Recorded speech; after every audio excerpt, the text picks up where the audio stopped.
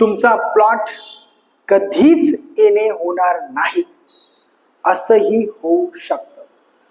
बहुतेक लोक प्लॉट खरेदी करतात आणि विचार करतात की नंतर येणे घेऊ किंवा प्लॅन अप्रूव्हल करून घेऊ, पण हे एवढं सोपं नसतं. अशाच एका पक्षकाराने ॲग्रिकल्चर प्लॉट हा खरेदी केला. कितीतरी वर्ष झाले त्याला एनए अप्रूव्ह मिळालेलं नाही. सुधारित नियमानुसार एनए नाही, प्लॅन अप्रूव्हल साठी झोन हा बघितला जातो.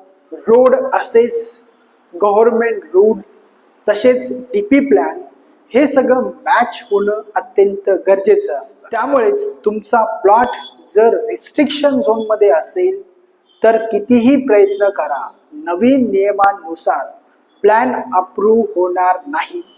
यामुळे तुमचे पैसे अडकणार. म्हणूनच प्लॉट घेताना या सर्व बाबींचा विचार करा. तसेच कायदेशीर कागदपत्रे तपासून घ्या. तसा योग्य तो कायदेशीर सल्ला घ्या आणि मगच योग्य तो निर्णय घ्या. आणि हा व्हिडिओ जितक्या ग्रुप्समध्ये पाठवता येईल सर्वांना पाठवा.